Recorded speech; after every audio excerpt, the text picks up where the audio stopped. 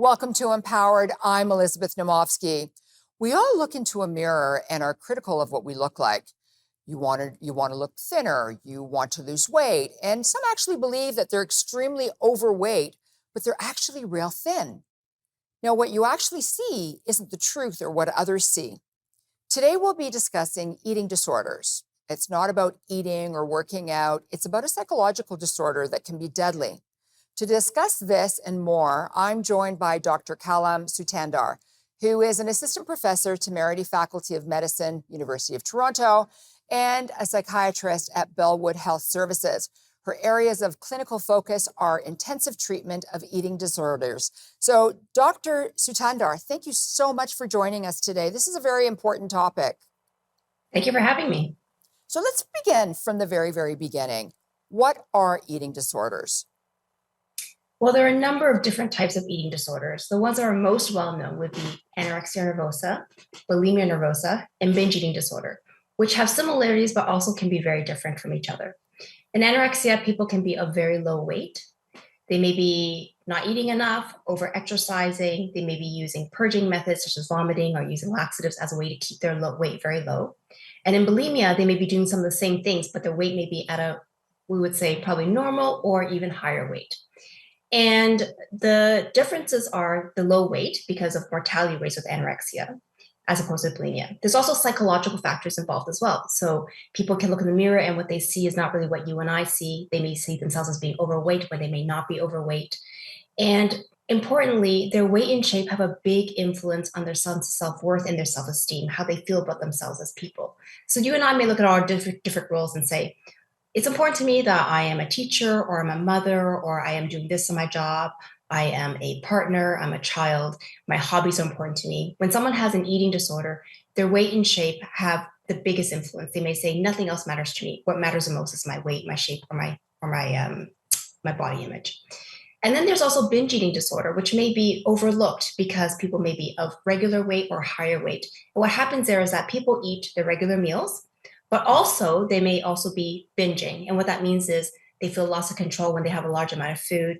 They may feel very uncomfortably full. They may be eating even though they are not hungry. And there's a lot of shame and secrecy around their eating. So that's often overlooked as well.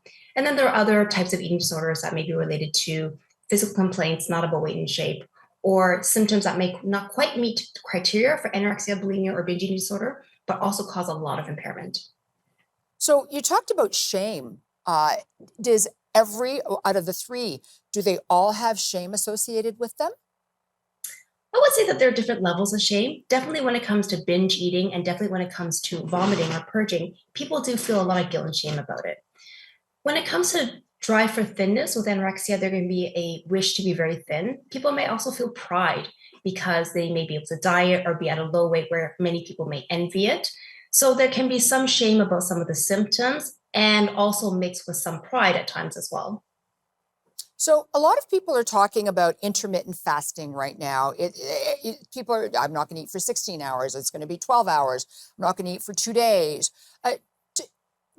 Is that part of an eating disorder as well? It all depends. So what the difference is are some of the psychological factors are impacted when you have an eating disorder. Some of the psychological factors like I talked about where your weight and shape and the preoccupation with food is first and foremost, and there really isn't a lot of room in your mind for anything else. That's when you may say this verges on having an eating disorder. Sometimes people are intermittent fasting and they may not run into physical or medical complications. It may not have a big impact on their ability to function in their everyday life. They may be able to work, go to school, carry out their responsibilities in their home. It might not have that impairment in functioning, and then therefore you might not say it's pathological. And so that would be some of the differences between something like dieting or IF versus having an eating disorder. So when we come back, we're going to talk about dieting. And basically we're going to cover, how do you know if dieting is getting dangerous? Because, as you were saying, there's three different factors here. And a lot of us don't know about it. It's not something that we see. And it's something that we pretty much hear about unless it's happening, very close, very near and dear to you. So Please don't go away. We will be right back to talk about more about eating disorders and, is dieting getting dangerous?